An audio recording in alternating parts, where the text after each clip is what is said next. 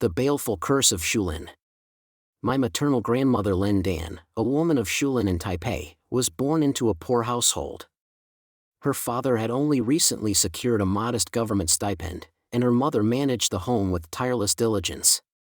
When Dan was 10 years old, the family lived in a small thatched hut. In front lay a narrow wooden bridge over a murmuring stream. Behind stood a bamboo fence that sighed and whistled with every passing wind. Each evening she nestled beside her mother, listening to roosters and dogs calling across the village. Though poor, their home was peaceful. Dan's father, blessed with good looks since youth, was fond of drink and easily swayed by lust. He kept a mistress outside the home, her name unknown, though all said she was fair-faced, bright-eyed, quick with smiles and flattery, talents enough to bewitch a man. The father once purchased a robe of fine gauze, peach blossom pink, thin yet lustrous, and hid it in a wooden chest, intending it as a surprise for his concubine. But Dan's mother, upright and perceptive, sensed something amiss. She opened the chest, and upon seeing the garment, flew into a rage. Snatching a kitchen knife, she shredded the robe into threads and flung the pieces into the latrine pit, where they floated on the foul water like blood-tinged scraps. When the mistress learned of this, fury and resentment flared within her, and she swore vengeance. She sought out a wandering sorcerer, a gaunt man with reddened eyes, hair unbound, a bell in his hand, who claimed he could command baleful spirits. With incense ash he drew talismans, burned them, and chanted. Let that woman find no rest in the night. Let her soul be overturned. Let her behold unseen terrors. And flee endlessly without end.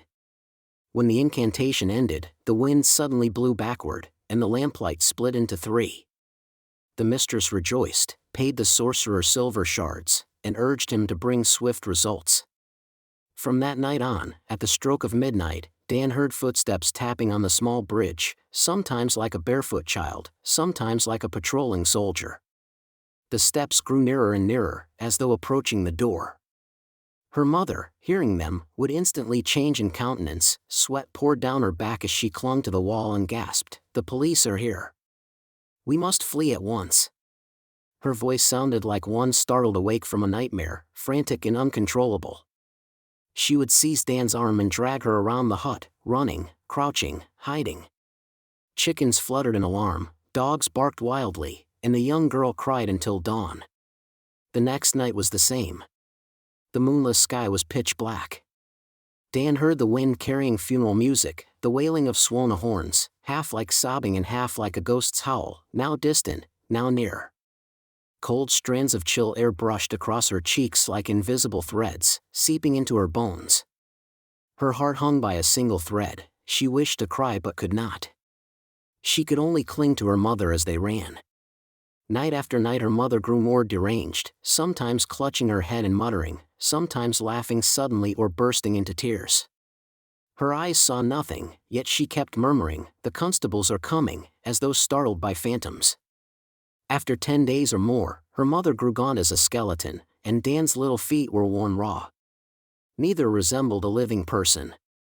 A neighbor woman, pitying them, whispered, "This is no human affliction. It must be witchcraft sent by the mistress." Upon hearing this, the mother seemed to awaken from a stupor. Tears streamed down her face as she cried, "This is all my fault." The next day, she pawned their meager fields to gather gifts and offerings. She personally went to the mistress's dwelling, knelt in the mud, and begged forgiveness in tears. The mistress, seeing her haggard appearance and weakened spirit, felt her anger soften and accepted the gifts. The sorcerer said, "When resentment dissolves, the spirits disperse." He burned a talisman, its ashes fluttered like butterflies, and the wind fell still. That very night, the little bridge was silent. The bamboo fence cast no eerie shadows. The funeral music vanished. The mother slept deeply, a sleep she had not tasted for many days.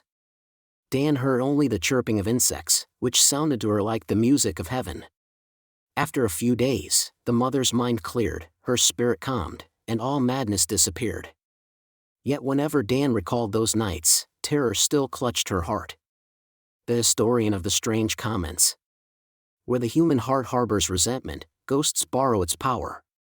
Where the human heart finds harmony, ghosts retreat and hide.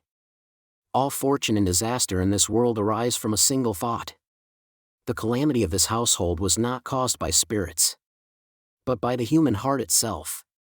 Thus I record this tale to warn later generations.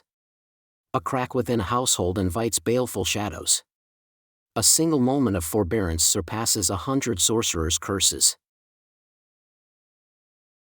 The above was selected from the Youyi Town Publishing Company's Strange Tales from Dongchang County, Liaocheng Township, Shantung, China, 1887.